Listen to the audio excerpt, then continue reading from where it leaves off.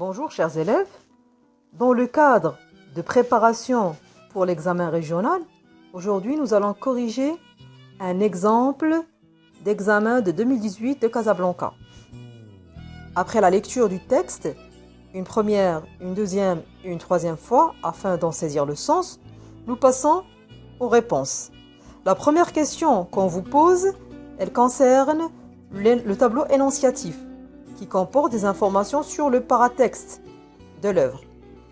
Le titre de l'œuvre, c'est la boîte à merveilles. Le texte qu'on vous propose est extrait de la boîte à merveilles. L'auteur Ahmad Sfarewi. Le genre littéraire, roman autobiographique. J'insiste, c'est un roman autobiographique. On ne dit pas une autobiographie tout court ou bien un roman. Il faut préciser et donner le genre exact. C'est un roman autobiographique. Date de publication 1954. C'est le 20e siècle. Deuxième question qui renvoie toujours à la situation de passage par rapport aux événements ou bien par rapport à l'œuvre. Vous avez situé ce passage dans l'œuvre et dites si c'est avant ou après la célébration de l'Ashura. Ce passage se situe avant le jour de l'Ashura. Il montre un aspect des préparatifs à cette occasion représentant Sidi Mohammed et son père qui sont chez le coiffeur. L'événement qui est avant, c'est cette préparation, ce sont ces préparatifs pour la fête. Et l'événement qui est cité dans le texte, c'est le fait que Sidi Mohammed et son père sont partis chez le coiffeur. 3. Quel métier exerce Sidi Abdelrahman? Il est tout à fait clair dans le texte.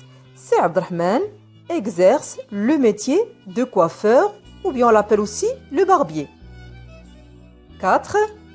Il ajouta, profitant du silence forcé du barbier à travers cette phrase, le narrateur voulait-il dire que Sidi Abdelrahman aime le silence ou bien aime bavarder? Justifiez votre réponse. Dans cette question, vous avez deux choses à laquelle vous devez faire attention. Déjà la phrase proposée, vous avez un participe passé qui vous montre la réponse, qui vous oriente vers la réponse. Vous avez le participe forcé. Forcé, c'est-à-dire obligé. Il est obligé de se taire. Un silence qui est obligé et qui est imposé au barbier. Et là, vous devez répondre, est-ce qu'il aime ou bien il n'aime pas? Et justifier votre réponse. Et pour la justification ici, il s'agit de relever une phrase qui montre ce que vous avez approuvé comme réponse, ce que vous avez affirmé comme réponse. Donc à travers cette phrase, le narrateur voulait dire que Sidi Abdelrahman aime bavarder. C'est un personnage bavard. L'énoncé qui le justifie, et là je relève la phrase, j'ouvre les guillemets pour citer et illustrer par la phrase relevée du texte, Sidi Abdelrahman suçait l'embouchure de l'une de ses ventouses. Il ajouta, profitant toujours du silence forcé du barbier. Question 5.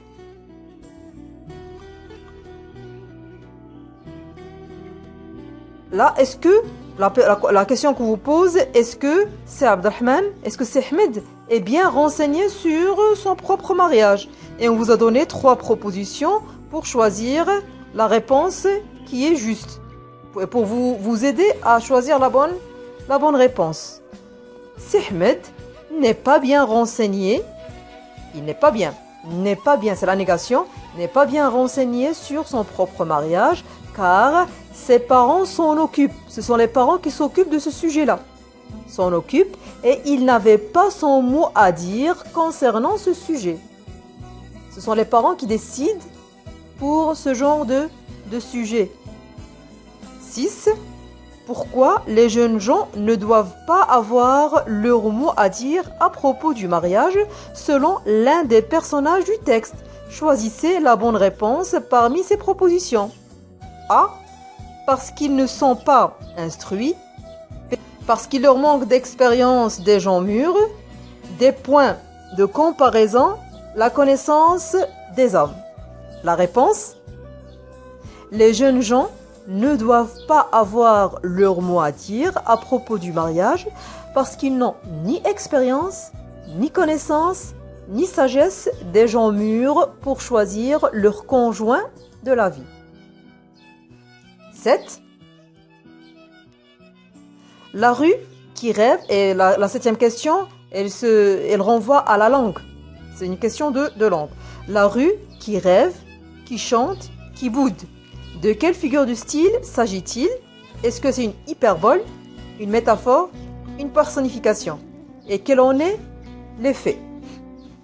La rue qui rêve, qui chante, qui boude. Ici, la phrase elle est tout à fait claire. Il s'agit d'une personnification qui anime. Et à quoi sert la personnification? Ici, elle sert à animer la rue en la rendant vivante, en lui donnant plus de vivacité face à tous les tempéraments. Vie à l'intérieur, il n'y avait pas de personne qui anime qui animait la scène à l'intérieur du salon. Alors que la rue, par contre, qui rêvait, elle chantait, elle boudait, elle était pleine d'animation. Juste une petite remarque. Dans cette question, on vous a donné des propositions. Hyperbole, métaphore, personnification. Donc là, c'est tout à fait clair. Ce n'est pas une hyperbole, parce qu'on n'exagère pas. Ce n'est pas une métaphore, parce que nous n'avons pas un outil de comparaison qui est implicite. Et c'est une personnification. Pourquoi? Parce que le verbe rêver, chanter, bouder, on peut les considérer autant que traits plus humains. Et si on ne vous a pas donné le choix de ces figures, on peut dire aussi qu'il s'agit d'une énumération. Et on peut dire aussi qu'il s'agit d'une répétition. Mais la dominance, comme je l'ai dit tout le temps, parce qu'une figure, un énoncé peut contenir 2 ou 3 figures. Mais la dominance, elle est pour la personnification. Question numéro 8. Quelle est la tonalité dominante dans le dernier paragraphe du texte?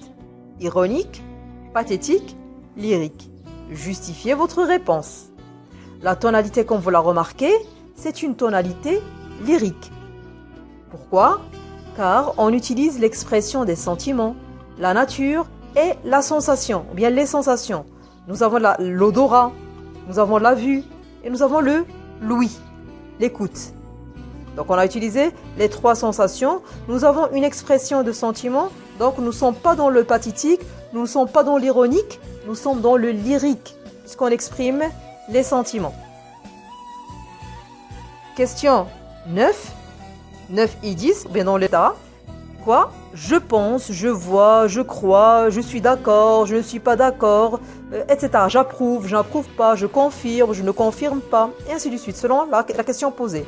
Donc ici, on peut dire, pour 9, personnellement, je pense le contraire.